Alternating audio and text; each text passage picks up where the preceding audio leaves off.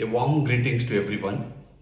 I am Major Munnappa, presently working in an educational institution after serving in the Indian Army for about 25 years.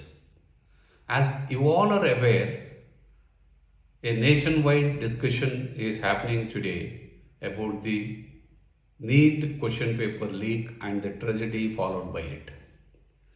You all also may be aware that every year on an average of 2000 students commit suicide failing to crack competitive exams. Is it all because of the question paper leak? Certainly no. It is because of the pressure from their parents, relatives, peers and the society. Every parent today wants to fulfill some of their unfulfilled desire. My father wanted me to become a doctor. I could not become a doctor. Somehow I have to make my son or daughter a doctor without realizing the fact that the son or daughter had an aptitude to become a doctor. Now come to household. What do the mothers teach? Study, study, study, study, study. When you come to class 10, score 3 marks more than your best friend. Or always keep taunting about a neighbor. Look at that girl, look at that boy. How good he is or she is in studies. Everybody today is blaming the government or the gap in the education system. Yes, I understand there is a gap in the education system. Most of the private educational institutions today are trying to collaborate with the industry and bridging the gap between the industry and the college teaching and trying to train them so that tomorrow they go wherever they are in their corporate world, they do well. Now, tell me, how many parents through the child's life sit with them and give them an encouragement? How many of you give them an emotional support telling that, yes, we are there, you do your best. At the same time, cracking a civil service or JE or NEET exam is not end of life. Life has lot more to do. We are there. We are here to support. Or come to the society. Now all these people, those who clear NEET, JE, tomorrow become doctors or IAS, IPS, how many of them come back to their society and tell the youngsters what is expected of them? No. Everyone will be busy in developing their career. Maybe one odd person, senior bureaucrats, after reaching to a certain age, might try to help someone in need. But in general, it does not happen. Now coming to NEET question paper leaking.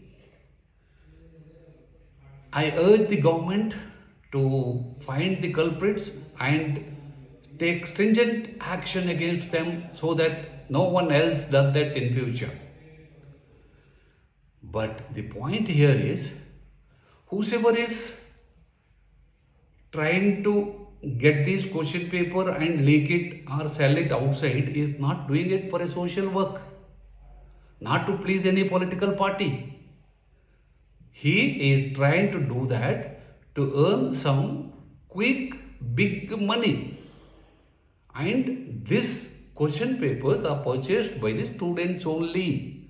And tell me, where a student studying in 12th standard get this big money?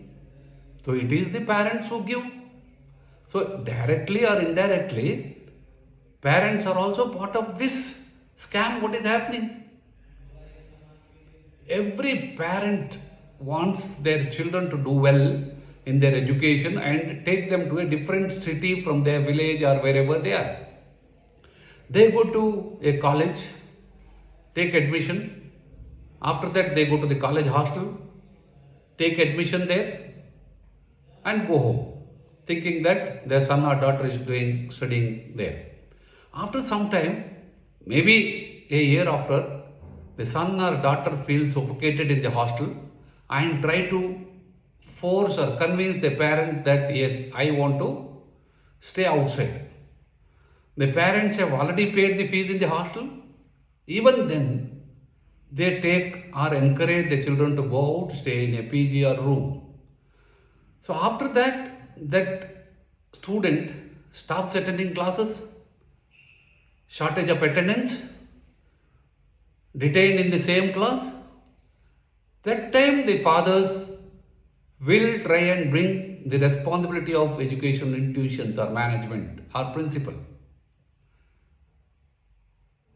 You did not have the courage as a parent to convince your son or daughter saying that hostel is a safer place to stay.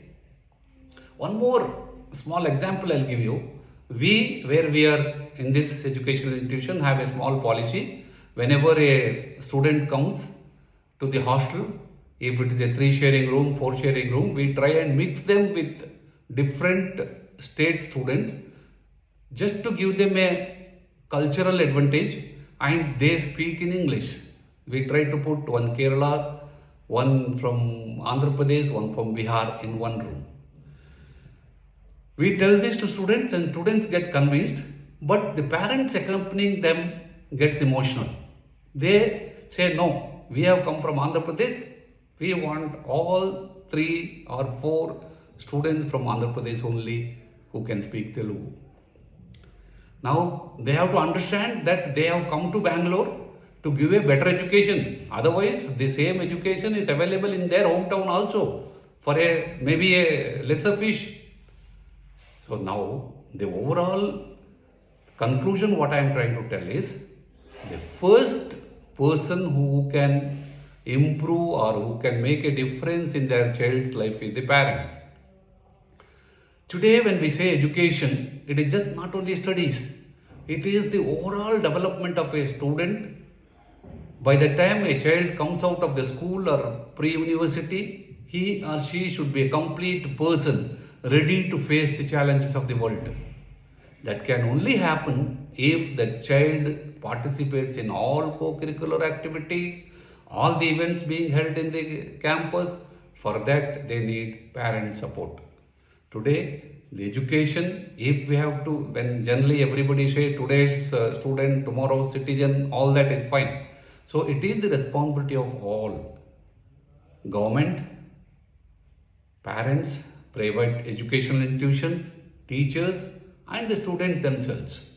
Let's all join together and make the education system a better place for making good human being tomorrow.